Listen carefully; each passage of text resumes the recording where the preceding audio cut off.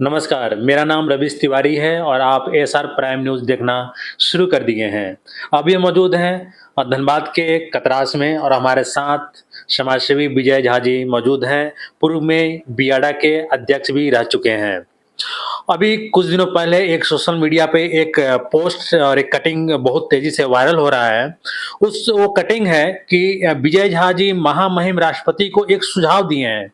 हम सीधा इन्हीं से जानते हैं कि आखिर ऐसी कौन-सी परिस्थिति उत्पन्न हो गई कि विजय झा जी देश के राष्ट्रपति को सुझाव दिए हैं कि कुछ-कुछ ऐसे कानून हैं जिसमें बदलाव की ज़रूरत है। तो सबसे पहले स्वागत है आपका हमारे चैनल में। धन्यवाद रवीश जी। ऐसी कौन-सी परिस्थिति आ गई कि आप महामहिम राष्ट्रपति को पत्र लिखते हैं, उसमें जो है सुझाव देते हैं कि कुछ-कुछ कानून में बदलाव लाने की ज़रूरत है और पिछले 1 सप्ताह से सोशल मीडिया पे देख रहे हैं बहुत तेज़ी से वायरल हो रहा है। पिछले दिनों एक घटना घटी थी आरजी कर मेडिकल कॉलेज कलकत्ता में और घटना इतना बीभत्स था और जब विवरण आया उस घटना का तो पूरा देश हिल गया। काहे कि कोई ऐसा घर नहीं है आज जहाँ की महिलाएं न हो और महिलाएं आवश्यक काम से बाहर न जाती हो। तो हर परिवार डर गया, भीतर से हिल गया कि क्या स्थिति हो गई है देश की, जब चिकित्सक जो हैं वो सुरक्षित नहीं है। महिला चिकित्सक जो कि रात में भी दिन में भी हर समय वो चिकित्सा के क्षेत्र में रहने के कारण वो बाहर रहती हैं, कामकाजी महिला है वो बाहर रहती हैं, या घर की बहन बेटियों को पढ़ने के लिए स्कूल कॉलेज शिक्षा ग्रहण करने के लिए जाना पड़ता है। कोई घर ऐसा है क्या जिसकी बच्चियां बाहर नहीं जाती है, महिलाएं बाहर नहीं जाती है।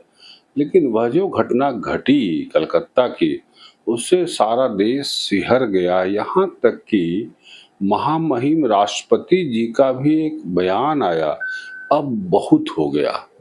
ये बयान से लगता है कि वो खुद कितनी मर्माहत हैं, कितनी पीड़ादायक है उनके लिए भी ये घटना। तब मैंने कुछ सुझाव दिए महामहिम को, 11 सूत्री सुझाव दिया, क्योंकि तुरंत उसी समय झांसी में घटना घट गई, बदलापुर में घटना घट गई और ऐसी लोमहर्षक घटना होने के बाद भी कई सिलसिला चलता रहा ऐसी ही घटनाओं का। बदलापुर में तो 6 वर्षीय बच्ची के साथ घटना घटी। तब लगा कि हम कहाँ हैं, किस समाज में जी रहे हैं, और अब तो कोई सुरक्षित नहीं है। जब 6 साल की बच्ची सुरक्षित नहीं है तब समाज का पतन कैसा हो रहा है, हम कहाँ जा रहे हैं। पथराकुली की भी घटना घटी थी। तो सिलसिलेवार जब विवरण आने लगा तब लगा कि नहीं, कठोर कानून की आवश्यकता है, कानून में कुछ संशोधन किए जाने की आवश्यकता है। निर्भया कांड घटने के बाद बहुत से संशोधन 354 और 376 में हुआ था, जिसके बाद पॉक्सो एक्ट वगैरह आया और कुछ प्रावधान कड़े हुए, तो लगा कि अब इसका असर पड़ेगा। लेकिन वह 2011 की घटना है जब निर्भया कांड हुआ था। 13 वर्ष बीत गए तो लगा कि नहीं, अब फिर 13 वर्ष में फिर गंगा का बहुत पानी समुद्र में बह गया।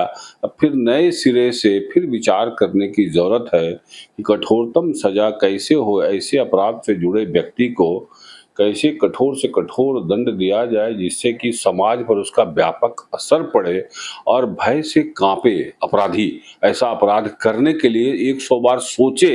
इतने कठोर प्रावधान होने के बावजूद भी अपराधी इस तरह के अपराध को अंजाम देते जा रहे हैं। हाँ, उसका मूल कारण ये है कि ऐसे अपराध जब होते हैं तो उसकी कोई समय सीमा तय नहीं है कि इतने दिन के अंदर चार्जशीट हो जाना चाहिए या इतने दिन के अंदर फैसला आ जाना चाहिए। इसका फायदा समर्थवान लोग उठाते हैं जो अपराधी हैं, और समर्थवान भी यदि हैं तब वे मामले को खींच के 10-10 साल ले जाते हैं। तो इसका समाज पर जो असर पड़ना चाहिए कानून का, वह नहीं पड़ता है। कहीं न कहीं आपको ऐसा नहीं लगता है कि मान के चलिए कि झारखंड में किसी बच्ची के साथ अगर दुष्कर्म जैसी घटना घटती है, तो झारखंड में देखा जाता है सरकार किनका है, तो जेएमएम की सरकार है तो भारतीय जनता पार्टी विरोध करती है, अगर उत्तर प्रदेश में किसी बच्ची के साथ अपराध इस तरह का घटना घटता है तो वहाँ पे दूसरे पार्टी विरोध करती है। तो कहीं न कहीं ये जो राजनीतिक रूप दे दिया जाता है, इसके कारण भी इस तरह के घटना जो घट रहा मनोबल मिलता है अपराधी को। ऐसा यदि कोई भी करता है या होता है तो इसका फायदा अपराधी को मिलता है, अभियुक्त को मिलता है। वह राजनीतिक संरक्षण ले लेता है, वोट ले लेता है वो राजनीति का, और फिर शक्ति उसको राजनीतिक क्षेत्र से मिल जाती है। इसको कैसे ठीक किया जा सकता है? इसको देखा होगा आपने, बनारस में बीएचयू में घटना घटी और 3 लड़के उसमें अभियुक्त हुए, 3, और तीनों एक राजनीतिक दल से विशेष आईटी सेल से जुड़े हुए थे और तीनों ने जम के चुनाव प्रचार में काम किया। चुनाव प्रचार के बाद उनकी गिरफ्तारी हुई। तो यह जो राजनीतिक शरण और संरक्षण मिलता है, इसका अंततः लाभ अपराधी को मिलता है और समाज को भुगतना पड़ता है। इसीलिए मेरा पहला सुझाव है कि 30 दिन के अंदर इन्वेस्टिगेशन समाप्त होना चाहिए और पुलिस को चार्जशीट सौंपना चाहिए 30 दिन, और 100 दिन के अंदर उसका फैसला आ जाना चाहिए। रात दिन न्यायालय चले, द्वितीय पाली हो तृतीय पाली हो, न्यायालय चले, और ऐसे मुकदमे में कोई छुट्टी नहीं हो, कोई संडे मंडे नहीं, कोई त्योहार नहीं, कोई भी राष्ट्रीय छुट्टी नहीं। एक दिन में यदि 3 शिफ्ट चलेगा तो 300 दिन हो गए ना, 300 दिन हो गए तो लगभग 1 वर्ष मिल गया। तो ये एक सुझाव मैंने दिया कि 100 दिन के अंदर फैसला आ जाएगा। तब जो फैसला होगा उसमें मैंने यह भी सुझाव दिया है कि मुख्य अभियुक्त जो हो, जिसने पूरे घटने का प्लानिंग किया और मुख्य अभियुक्त है, उसको न्यूनतम सजा फांसी होनी चाहिए, न्यूनतम सजा फांसी। और फिर मैंने सुझाव दिया कि उसको जेल में जब तक फैसला नहीं आता है सेल में रखा जाए, किसी से मिलने की भी अनुमति नहीं हो, घर वालों से भी वो नहीं मिल सके, सेल में रखा जाए। जब तक वो जेल में रहेगा, तब तक यदि सेल में रहेगा तो शायद वो आत्मचिंतन भी तो करेगा कि मैंने सही में समाज के साथ बहुत बड़ा विश्वासघात किया है, मानव जीवन को ही कलंकित किया है वो, और उसको सह देने वाले कोई नहीं मिलेंगे और उसका नेटवर्क टूट जाएगा। इसलिए मैंने कहा सेल में रखा जाए और अकेला रखा जाए, बचने के रास्ते बंद हो जाए। हाँ, और मैंने सुझाव दिया कि कोई पैरोल नहीं मिलना चाहिए, इसकी सजा जिसको मिले उसको कोई पैरोल नहीं मिलना चाहिए। जैसे अभी उदाहरण के स्वरूप है राम रहीम, जिनको एक पत्रकार की हत्या के मामले में आजीवन कारावास हुआ है और 2 यौन उत्पीड़न के मामले में 20 वर्ष की कारावास हुई है, लेकिन 5 वर्ष पहले सजा हुई है। वो 5 वर्ष के अंदर 14 बार पैरोल उसको मिला है। ये मजाक नहीं तो क्या है। उसका जो असर पड़ना चाहिए उसकी सजा का आपराधिक तत्वों पर, उसका कोई असर नहीं पड़ेगा। कहीं ना कहीं कानून में ऐसे प्रावधान है कि अपराधी तो बाहर निकल जाते हैं। बस यही इसीलिए मेरा सुझाव था, कोई पैरोल उसको नहीं मिलना चाहिए। जेल मतलब जेल, और अंतिम समय तक, अंतिम सांस तक कोई पैरोल नहीं। सेल के अंदर किसी को कोई मिलना नहीं। 100 दिन के अंदर सजा, 30 दिन के अंदर ये चार्जशीट। और मैंने यह भी कहा कि ऐसे अभियुक्तों के कानूनी अधिकार, संवैधानिक अधिकार और मौलिक अधिकार भी सीज होने चाहिए। क्या वो चुनाव लड़ेगा? क्या वो ऐसा व्यक्ति को यदि कानूनी अधिकार रहेगा, मौलिक अधिकार रहेगा, तो वो कल चुनाव लड़ करके वो संसद और विधानसभा पहुंच जाएगा। ऐसा व्यक्ति संदेश क्या देगा? इसीलिए मैंने यह भी कहा कि उसके मौलिक अधिकार, उसके संवैधानिक अधिकार, उसके जितने कानूनी अधिकार हैं वो सीज हो जाने चाहिए। यह होने से क्या होगा, उसको वोट देने का अधिकार नहीं मिलेगा, चुनाव लड़ने का अधिकार नहीं मिलेगा। अन्य मौलिक अधिकार उसके जब समाप्त हो जाएंगे, उसका असर पड़ेगा। उसको लगेगा कि हमने जीवन में इतना बड़ा पाप कर दिया है, शायद इस जन्म में उसका कोई निराकरण नहीं हो सकता है। यानी कि उसको उसके अपनी गलती पे पछतावा होगा। यह भी एक बहुत बड़ी सजा होती है। बहुत बार देखा गया है, आदमी को जब पछतावा हुआ है तब उसको विरक्ति हुआ है अपने कर्मों से, अपने सुकर्मों से, कुकर्मों से, तब उसको लगता है कि नहीं, हमने सही में समाज के प्रति गलत किया। और जो परिवर्तन होता है वो अभूतपूर्व परिवर्तन होता है। ये पूर्व के इतिहास, इसके सैकड़ों इतिहास हैं। डाकू रत्नाकर जब हृदय परिवर्तन होता है तब एक सन्यासी और साधु बन जाता है। उंगलीमाल, डाकू उंगलीमाल का उदाहरण है। तो इसलिए मैंने चंद सुझाव दिए थे महामहिम जी को। वहाँ से 26 सितंबर को मेरे पास पत्र आया है कि मेरे पत्र का उन्होंने याचिका के रूप में स्वीकृत कर लिया है और गृह मंत्रालय को उन्होंने इस पर कार्रवाई के लिए आगे उन्होंने प्रेषित किया है।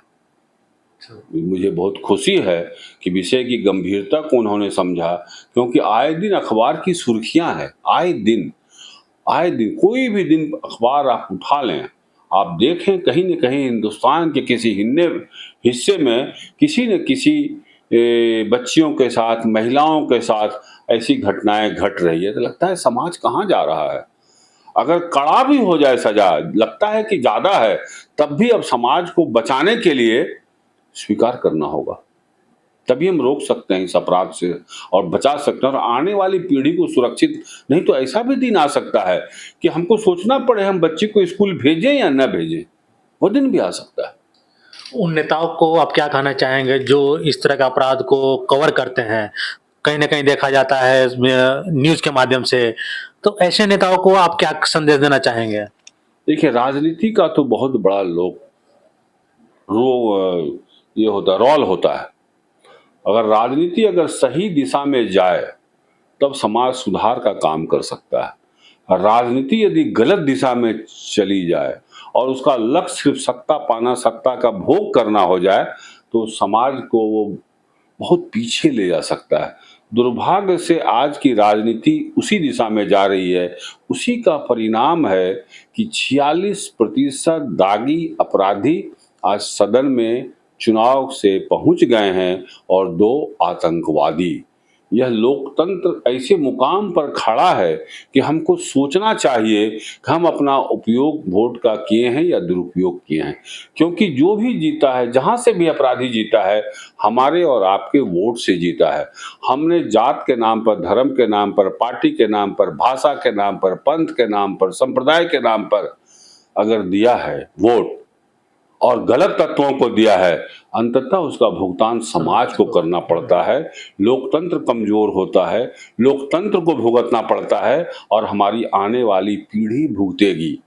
तो हम यदि एक वोट का दुरुपयोग करते हैं, इसका कितना असर है, आज चेतने की जरूरत है। अगर 51% पर यह चला जाएगा अपराधियों का आंकड़ा, तब कभी भी कोई कानून हम अपराधियों के खिलाफ पारित करा पाएंगे क्या? बहुमत से पारित होता है।